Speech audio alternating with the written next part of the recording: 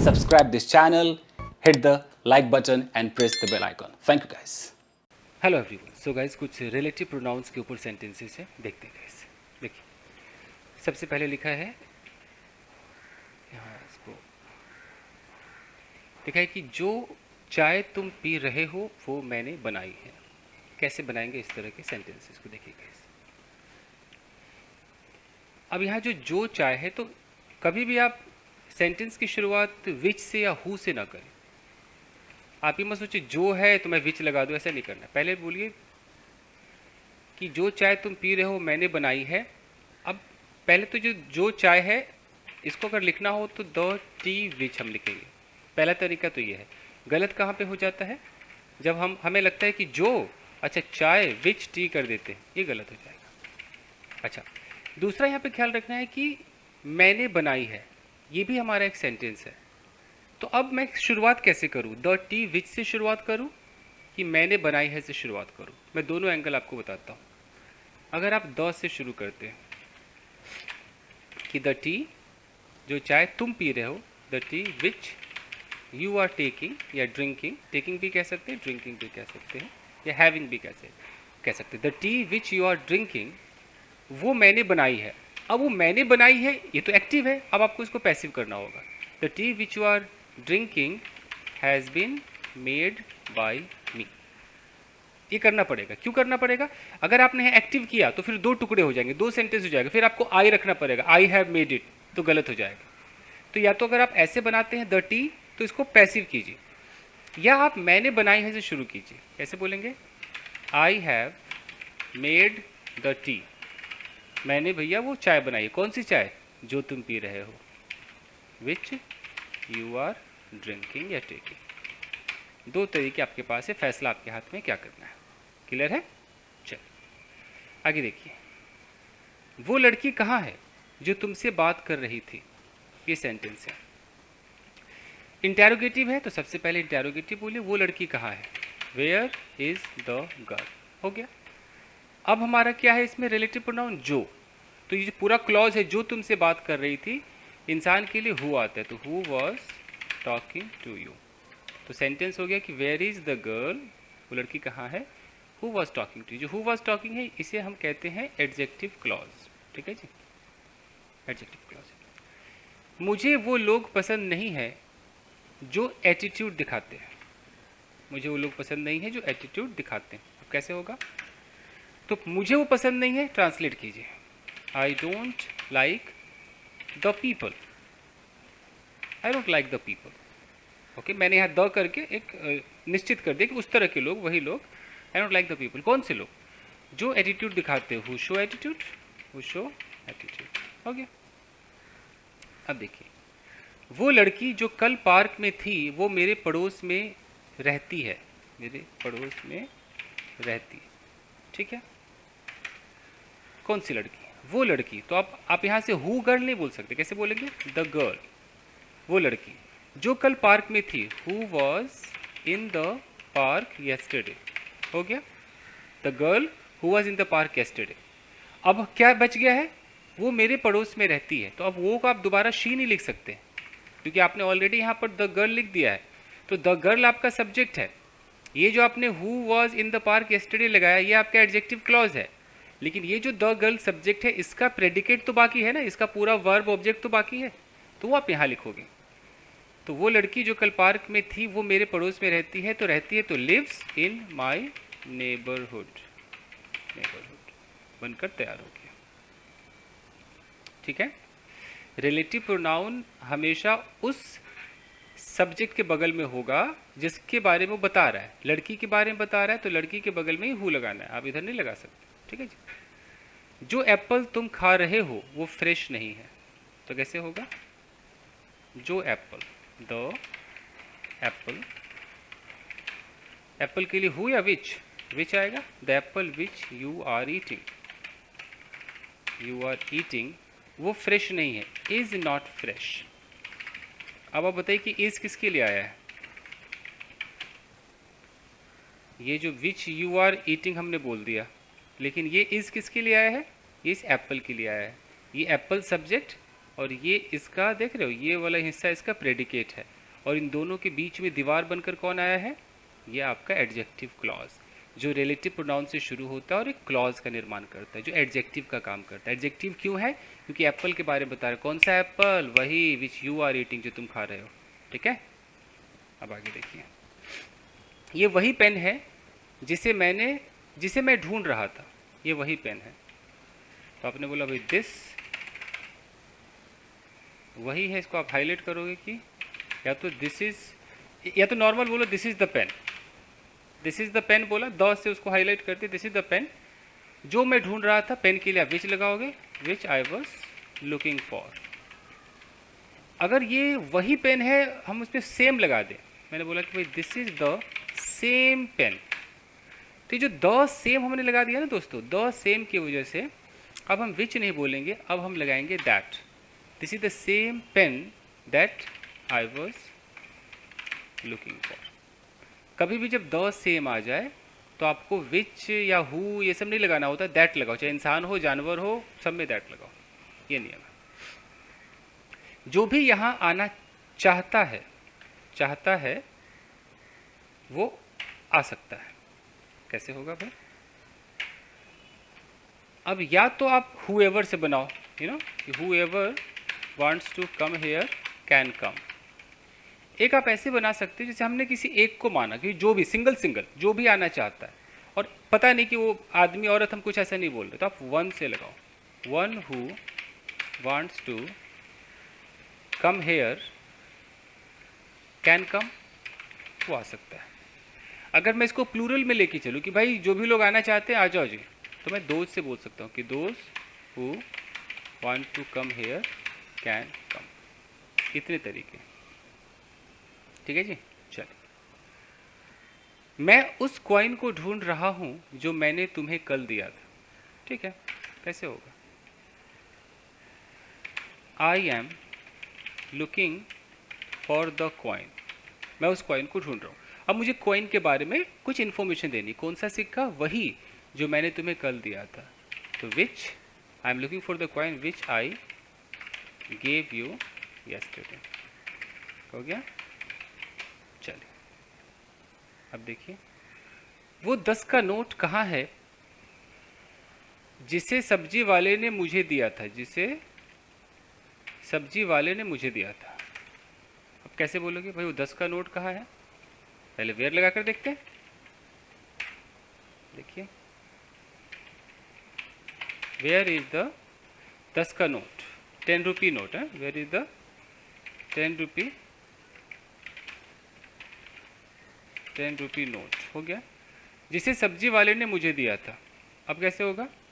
सब्जी वाले ने मुझे दिया था। एक्टिव की पैसिव क्या लगेगा?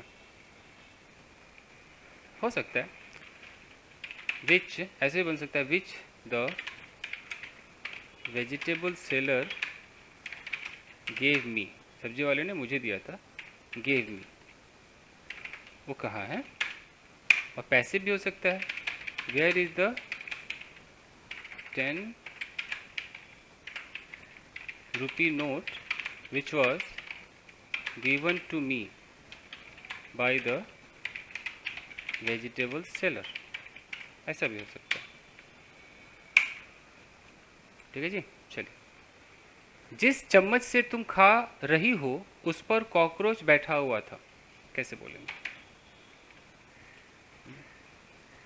कॉकरोच बैठा हुआ था ये बताना है। तो हम 2 चम्मच से उठाएं कि कैसे? यहीं पर बंदे फंसते कि क्या उठाया यार, 2 स्पून से उठाया कि वो चम्मच, जिस चम्मच से तुम खा रही हो उस पर कॉकरोच बैठा हुआ था।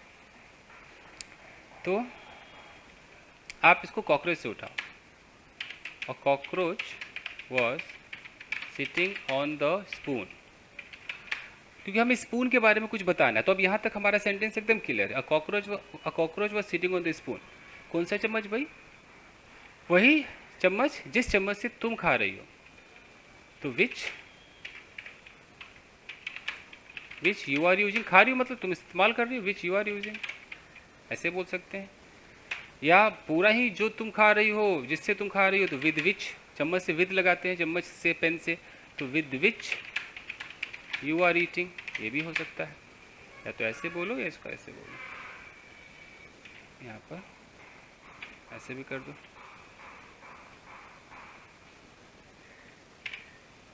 या आप ऐसे भी कर सकते हो, which you are eating with, ऐसे भी कर सकते हो।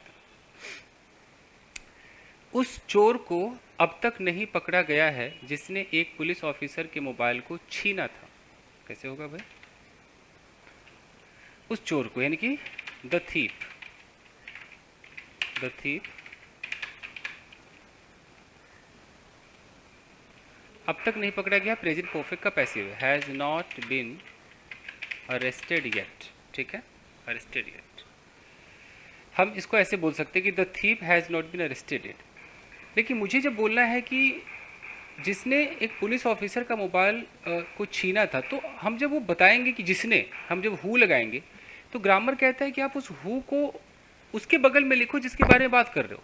तो मैं किसके बारे में बात कर रहा हूँ? मैं तो थीप के बारे में बात कर रहा हूँ। तो कहीं ना कहीं अगर मैं यहाँ हु लिखूंगा तो ग्रामर के रूल के हिसाब से नहीं हो पाएगा, तो हमें थोड़ा बदल सकते हैं हम इसको। स्पोकन में चलेगा तो हम कैसे बोलेंगे कि द थीप, यहाँ हो गया। अब यहाँ पर रिलेटिव प्रोनाउन लगाइए। कौन सा चोर? उस चोर को अब तक नहीं पकड़ा गया है जिसने एक पुलिस ऑफिसर के मोबाइल को छीना था। The thief who snatched the mobile of a police officer, अब लगाओ उसे अब तक नहीं पकड़ा गया है, has not been arrested yet. तो हुआ क्या देखो, who snatch the mobile of a police officer, ये जो आप देख रहे हो ना, ये हमारा एडजेक्टिव क्लॉज हो गया, और ये रहा थीप सब्जेक्ट, और ये रहा इसका प्रेडिकेट। इसको जुदा कर दिया हमने, ये करना पड़ेगा गाइस। मैं उस कुर्सी पर नहीं बैठना चाहता हूं जिसमें से चू चू की आवाज आती है, चू चू की आवाज आती है। कैसे होगा? कोशिश करते हैं। I don't want to sit on the chair. Okay, जिसमें से चूचू की आवाज आती है, मतलब जो चूचू करता है, विच प्रोड्यूसेस या विच एमिनेट्स, एमिनेट भी यूज कर सकते हो, विच एमिनेट्स बोल सकते हो, या विच प्रोड्यूसेस बोल सकते हो, या विच क्रिएट करता है, विच क्रिएट्स, या विच गिव्स भी कह सकते हो, जो देता है, विच गिव्स, यू नो। चूचू की आवाज, चूचू क्या होता है? चूचू, और चूचू कोई आवाज सोचिएगा, क्या सोचेंगे? चूचू,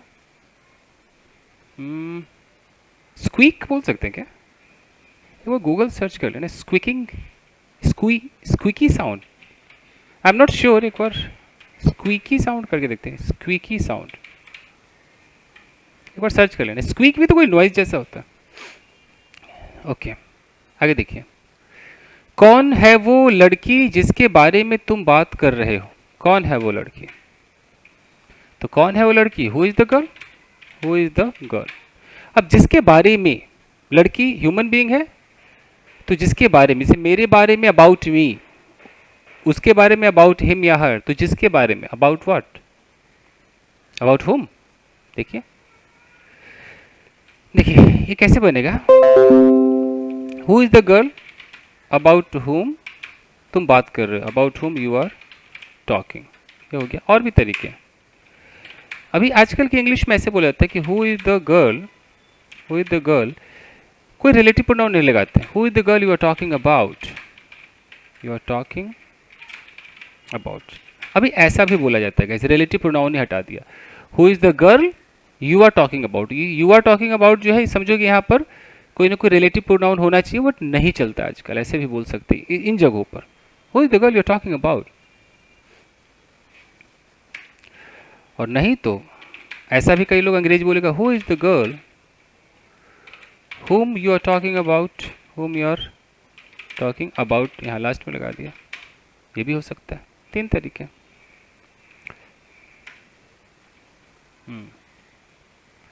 चलिए, और कई बार ऐसे भी हो सकता है कि हु इज द गर्ल, यहाँ whom नहीं बोला, यहाँ एक और हु बोलते हैं, who is the girl, who is the girl who you are talking about, ऐसे भी बोला जाता है। बट जनरली बिना रिलेटिव प्रोनाउन वाला ज़्यादा चलता है टॉकिंग अबाउट बोलने में। देखिए, जो लोग मेरे ड्रेस सेंस पर कमेंट करते हैं उनसे मेरी बनती नहीं है। कैसे होगा? बनती नहीं मतलब means I rarely have friendly relation, you know, या rarely talk to those people, ऐसे बोल सकते हो। आई रेयरली हैव बॉन्डिंग, कुछ भी अपना हिसाब से बॉन्डिंग बोल सकते हो। I rarely have you know friendship, ऐसा भी कह सकते हो। तो आई रेयरली हैव बॉन्डिंग, अगर ऐसा बोलो बॉन्डिंग विद दोज पीपल या दो पीपल, या तो आप दोज भी लगा सकते हो। I rarely have bonding with those people जो मेरे ड्रेस सेंस पर कमेंट करते हो, pass comments on my dress sense. Grammar कहता है ड्रेस सेंस होता है, ड्रेसिंग सेंस नहीं होता है, बट कोई नहीं, लोग बोल देते हैं। तो मेरी बनती नहीं है। या I rarely talk to those people, I rarely talk to those people, मैं मतलब ना के बराबर बात करता हूँ ऐसे लोगों से, who pass comments on my dress sense. ऐसा मुझे वैसा फेस कट नहीं मिला जो एक मॉडल बनने के लिए रिक्वायर्ड था। तो कैसे बोलेंगे? नहीं मिला मतलब I haven't got the face cut. अब फेस कट के लिए क्या रखें? विच रखें, हु रखें? विच आएगा, which is required to be a model. मैं वो गाने सुनता हूं जो अश्लील नहीं होते हैं। कैसे होगा? मैं वो गाने सुनता हूं, I listen to the songs which are not अश्लील, मतलब फिल्दी, गंदे। ठीक है। उस लड़की से दूर रहो जिसके पापा एक नेता है। दूर रहो मतलब stay away from the girl, अब जिसके पापा, अब यहाँ पर हु या हुम या हुज क्या आना चाहिए? तो जिसके पापा तो whose father is a leader. हो गया। मैं उस पर्सन को पसंद करता हूं जिसके वाइब्रेशन से मेरी वाइब्रेशन मैच करती है। कोशिश करते हैं। तो I like the person whose vibration matches with my vibration।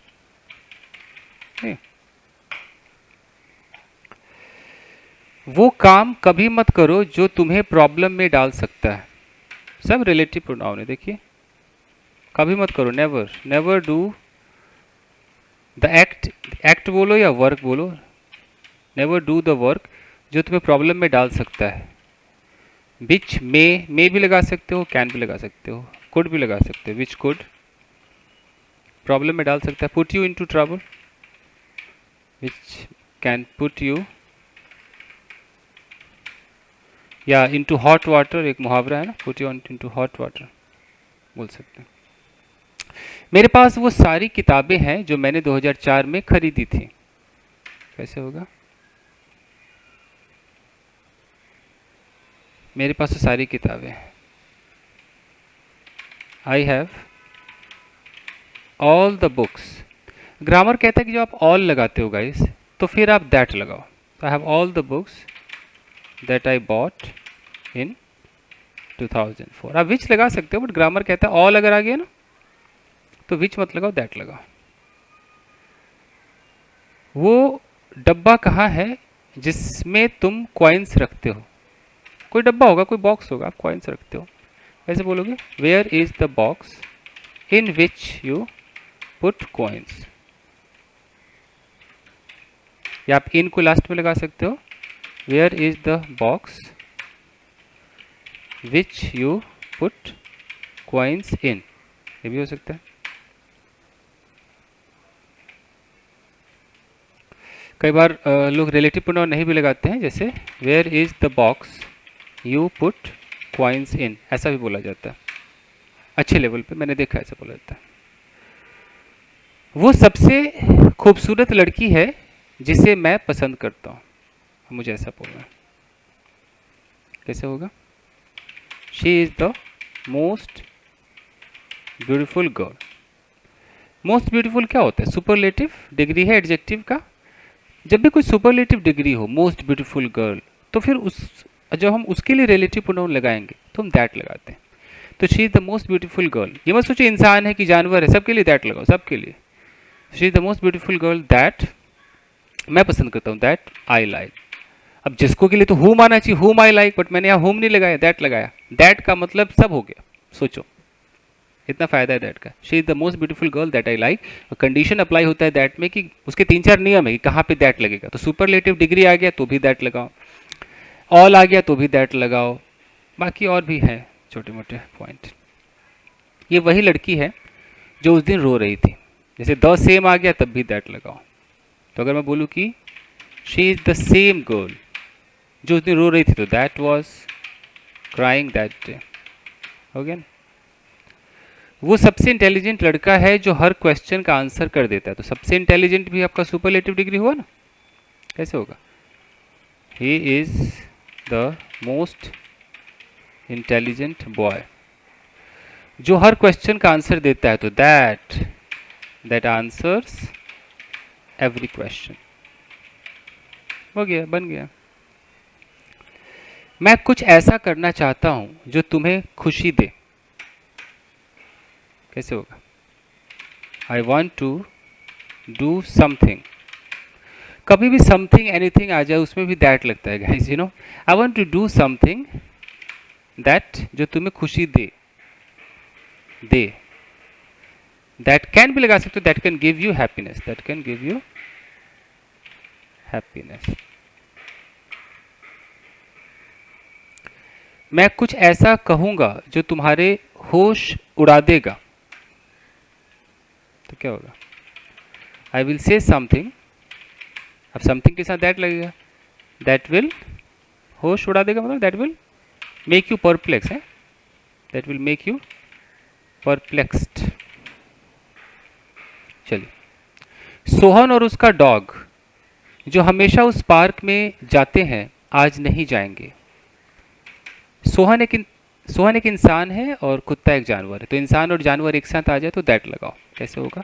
Sohan and his dog जो हमेशा उस पार्क में जाते हैं, तो हु नहीं लगा सकते, विच नहीं लगा सकते, दैट पार्क में जाते हैं, दैट गो टू। गो इसलिए क्योंकि सोहन और डॉग दो लोग हैं, तो गोज नहीं हो सकता, गो होगा। तो Sohan and his dog that go to that park, उस पार्क में हमेशा जाते, that always go to, that always go to that park,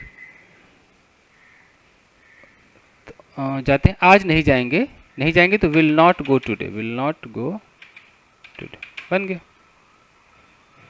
हर वो चीज जो चमकती है सोना नहीं होती है, तो कैसे होगा? ऑल के साथ दैट लगे, all that glitters is not gold, बन गया।